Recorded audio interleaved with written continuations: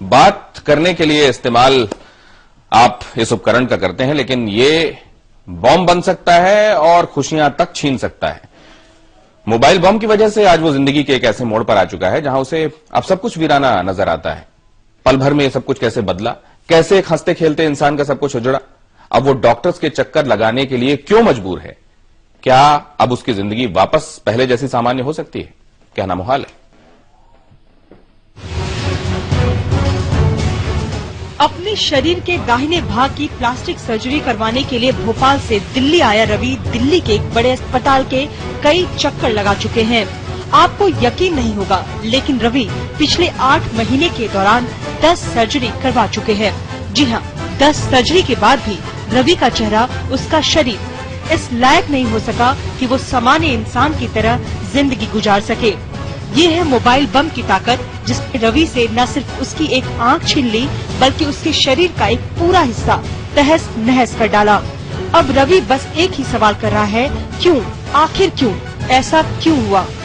क्या मोबाइल बम सचमुच किसी की दुनिया उजाड़ सकता है? ये सच है और सबूत आपके सामने है। रवि की हालत देखकर कोई भी इसकी बात पर यकीन करने को तैयार नहीं होता। किसी को भी इस बात पर यकीन नहीं होता कि रवि की ये हालत मोबाइल की वजह से हुई है। वही छोटा सा मोबाइल जिसे हम और आप अक्सर अपनी जेब में रखते हैं या फिर हाथ में रखते हैं, जिसे कान से लगाकर घंटों घंटों तक हम बात करते रहते हैं।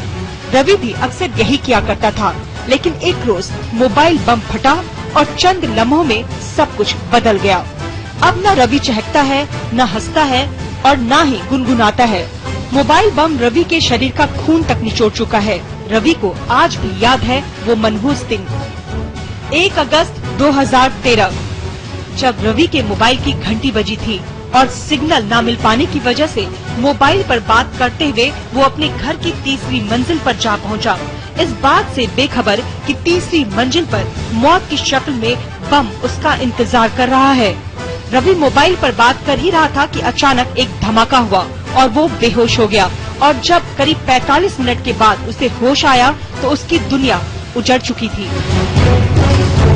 मकान मालिक ने वो इलीगल तौर पे मकान बना रखा है, ठीक है, तो वो उस मकान के अंदर से शायद 7-8 फुट अंदर से वो 11,000 का तार निकला हुआ है, जिसकी वजह से, और उस समय बारिश का सीजन था, 8 अगस्त का, ठीक है, तो दिन में शायद पानी भी बरसा था, तो उस वजह से मैं मोबाइल से बात कर रहा था, तो मोबाइल में एक धमाका हुआ और उसके बाद में लगभग 40 से 45 मिनट भी हुआ।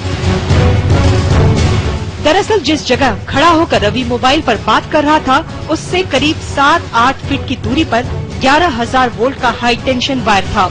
मोबाइल की इलेक्ट्रोमैग्नेटिक वेव और इलेक्ट्रिक वेव एक दूसरे के संपर्क में आई और फट गया मोबाइल।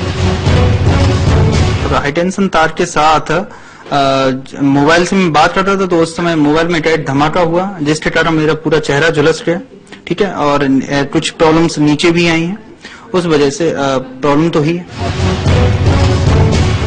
मोबाइल का लो वोल्टेज और हाई टेंशन वायर का हाई वोल्टेज एक दूसरे के संपर्क में आ गया, इलेक्ट्रिक फील्ड बना और एक बड़ा धमाका हुआ। रवि को बेहोशी की हालत में भोपाल के एक अस्पताल में भर्ती किया गया।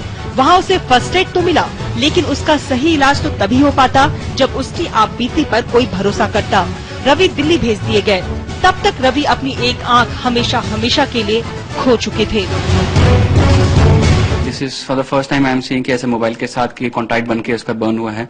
ऐसे नॉर्मली हम लोग बर्न्स तो देखते हैं, इलेक्ट्रिक बर्न्स आते हैं हैंड में, बच्चों के हाथ जल जाते हैं प्लग्स में तार से, ये सब चीजें होती हैं, लेकिन मोबाइल का एक मीडियम बना है जो मोबाइल, वो फर्स्ट टाइम मैं देखा।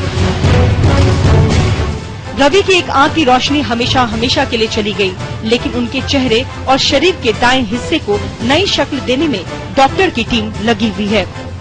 इस समय दिल्ली से रश्मि कुमार। रवि के साथ जो कुछ हुआ वो किसी को भी हैरानी में डाल सकता है, यहां तक कि डॉक्टर्स भी चौंक गए जब उन्हें पूरे वाकये के बारे में मालूमात हासिल हुई। डॉक्टर्स को भी यकीन नहीं आया कि मोबाइल इंसान की ये स्थिति भी बना सकता है। रवि जब मोबाइल के शिकार बने थे तो उनकी हालत बेहद खराब थी, उनकी शक्ल भी बिल्कुल डरावनी हो गई थी। भोपाल से सीधे गंगाराम अस्पताल भेजा गया। यहां पर आकर अब तक उनकी 10 सर्जरी पूरी हो चुकी है, लेकिन अब भी उनका सही तरीके से ठीक होना बाकी है। 2 और सर्जरी बची हुई है अभी रवि की। डॉक्टर SS गंभीर हमारे साथ हैं। डॉक्टर साहब, ये बताइए कि रवि की जो हालत है वो कब तक और ज्यादा बेहतर हो पाएगी और कब उनके चेहरे से ये जो थोड़ी बहुत निशान दिख रहे हैं मोबाइल के, वो मोबाइल के साइड इफेक्ट्स के, वो खत्म हो जाएंगे? लेकिन निशान तो कुछ परमानेंट्स हैं, सारे तो निशान जा नहीं सकते हैं। हाँ, लेकिन फाइनल टचेस हैं, जो थोड़ी डिफॉर्मिटीज बची हैं, वो अराउंड 3 to 6 months और लगेंगे इनको करेक्ट करने में, और 2-3 सर्जरीज और लगेंगी इनको काफी बेटर करने में। तो आपको क्या लगता है डॉक्टर साहब की रवि की जो हालत आज हुई है, उसके लिए सबसे बड़ी वजह किसको जिम्मेदार ठहराया जा सकता है?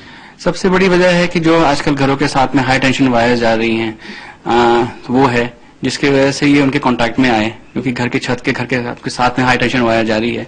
तो आप उसके पास जाएंगे, उस आग के अंदर आएंगे, तो ऑफकोर्स करंट तो लगेगा ही आपको। तो क्या हाई टेंशन वायर के पास किसी भी गैजेट को अगर हम इस्तेमाल करते हैं जिसके अंदर बैटरी का इस्तेमाल होता है, तो उसका इम्पैक्ट यही हो सकता है, इसी तरीके का हो सकता है? डिपेंडिंग, अगर उसके साथ अर्थ कांटेक्ट हो रहा है तो, अदरवाइज नहीं होगा। आप जैसे आप जा रहे हैं, आपके पास अपना गैजेट है, कोई एक मेटल सरफेस है, और आपका कॉन्टैक्ट साथ में अर्थ में है, तभी आपके साथ करंट फ्लो करेगा, तभी वो बर्स्ट करेगा, अदरवाइज नहीं करेगा। अच्छा, 1 अगस्त को जब आपके पास ये केस पहुंचा था, तो उस वक्त क्या आप उनकी इस पूरी बात पे भरोसा कर पाए थे कि मोबाइल इतना डिजास्टर बना सकता है किसी के केस को? नहीं, this is for the first time I am seeing कि ऐसे मोबाइल के साथ की कॉन्टैक्ट बन के उसका बर्न हुआ है। ऐसे नॉर्मली हम लोग बर्न्स तो देखते हैं, इलेक्ट्रिक बर्न्स आते हैं, हैंड में बच्चों के हाथ जल जाते हैं, उसमें प्लग्स में तार से, ये सब चीजें होती हैं, लेकिन मोबाइल का एक मीडियम बना है जो मोबाइल, वो फर्स्ट टाइम मैं देख रहा था। और उस वक्त उनकी हालत क्या थी, कितना डैमेज हो चुका था इनका फेस तो पूरा करीब right side of the face जो था वो नियरली डैमेज था पूरा, even all the tissues were burn, सारी चीजें जली हुई थी, even superficial part of the bone was burned, और पूरी राइट आई इनकी पूरी जली हुई थी। तो अब धीरे धीरे करके उसको रिकंस्ट्रक्ट किया गया है, मल्टीपल सर्जरीज करने, अराउंड 10 सर्जरीज इनकी हो चुकी हैं। इस हादसे की एक बड़ी वजह थी हाई टेंशन वायर और हाथ में रखा हुआ वो मोबाइल फोन, दोनों एक कांटेक्ट में आए और इतना बड़ा हादसा हो गया। ये हादसा हर जगह मुमकिन है और महानगरों में, खास तौर पे अगर हम दिल्ली की बात करें तो ये बहुत ही आसानी से हो सकता है, क्योंकि दिल्ली में एक तरीके से जो घर बनाए जाते हैं उसमें नियम कायदों का ख्याल नहीं रखा जाता है। इस तरह का हादसा आपके साथ भी हो सकता है, इसलिए जरूरी है कि हाई टेंशन वायर की अहमियत को समझें और उसके संपर्क में किसी भी इलेक्ट्रॉनिक गैजेट के साथ नहीं आए। इस समय दिल्ली से कैमरामैन सर्वेश के साथ रश्मि कुमार।